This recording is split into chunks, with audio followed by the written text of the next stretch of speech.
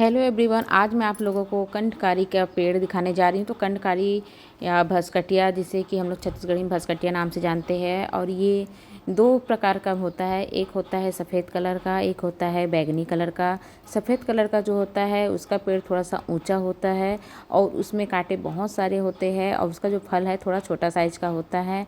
उसका जो उपयोग होता है आयुर्वेदिक रूप में दवाई वगैरह बनाने में होता है। और ये जो भस्कटिया होता है बैंगनी कलर का, इसका उपयोग भी आयुर्वेदिक रूप से होता है, पर ज़्यादा प्रयोग उसी का होता है। और ये देखिए, इसका जो फल है, बैंगनी कलर वाले का फल है, देख सकते हैं बिल्कुल छोटे छोटे बैगन की तरह ग्रीन कलर का होता है। उसमें लाइनिंग होता है, और ये जो होता है जब पक जाता है तो पीला कलर हो जाता है, जब कच्चा रहता है तो हरा होता है। हरा वाले को तोड़कर आप इसे सब्जी बनाकर खा सकते हैं। उसके बीज को निकाल कर धोकर उसे आप सब्जी बना सकते हैं मसूर के साथ खट्टे में, या फिर पकौड़े वाला कढ़ी भी बना सकते हैं। रेसिपी मेरे अपने चैनल में भी डाली हुई हूँ, अगर आप चाहते हैं तो देख सकते हैं।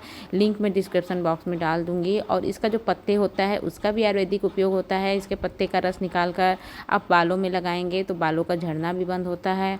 और इसका पत्ते का रस जो को निकाल कर रुई में करके दांत में अगर दर्द हो रहा है तो भी लगाया जाता है, तो भी ठीक होता है। और इसका जो बीज होता है पीला कलर का, जो पका वाला फल का बीज को भी निकाल कर रुई में डालकर उसे थोड़ा सा आग लगाकर उसका धुआं को अगर मुंह में लेते हैं तो दांतों में जो कीड़े हैं वो निकल जाते हैं और दांतों का दर्द बंद हो जाता है।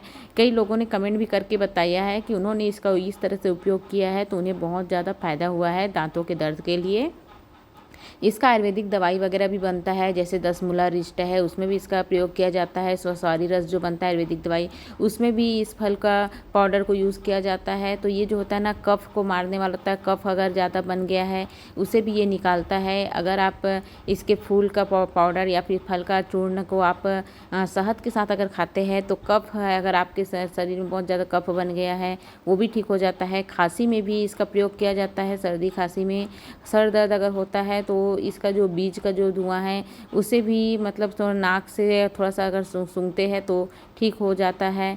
ये जो होता है ना, बहुत सारा दवाई में प्रयोग होता है। बहुत सारा तो मैं नहीं जानती, पर आयुर्वेदिक में इसका बहुत ज़्यादा प्रयोग होता है। जो कुछ कुछ मुझे पता है वो अब मैं आप लोगों को बता रही हूँ। आप लोग को डिटेल देखना है तो कोई आयुर्वेदिक में आप इसे ज़रूर सर्च करना, आपको मिल जाएंगे। और इसका जो जड़ होता है उसको भी उपयोग किया जाता है। ये मतलब देखा जाए तो ये जो पेड़ है बहुत ही गुणकारी होता है। इसे बहुत सारे लोग नहीं जानते, पर गांव के लोग इसे जानते हैं। लेकिन कई लोग इसे जहरीला समझते, पर जहरीला ये नहीं होता है। इसका जो बीज होता है थोड़ा सा कड़वा होता है, पर जहरीला नहीं होता है, क्योंकि इसका तो सब्जी बनाकर आसानी से खा सकते हैं। सब्जी को तो खाना ही चाहिए क्योंकि इसका आयुर्वेदिक गुण होता है। जैसे कई लोगों ने मुझे कहा था कि इसके फ़ायदे भी बताओ, इसलिए मैं इसका कुछ कुछ मोटे मोटे फ़ायदे आप लोगों को बता दे रही हूँ।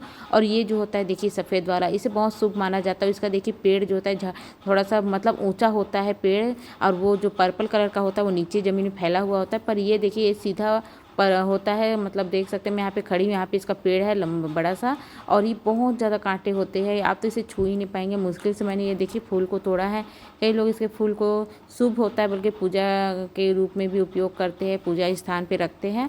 और आयुर्वेदिक में तो इसका बहुत सारा उपयोग होता ही है। इसका जो है कुछ कुछ जड़ी बूटी, कुछ अच्छा दवाई भी बनाया जाता है, पर ये मुझे नहीं पता है दोस्तों इतना डिटेल।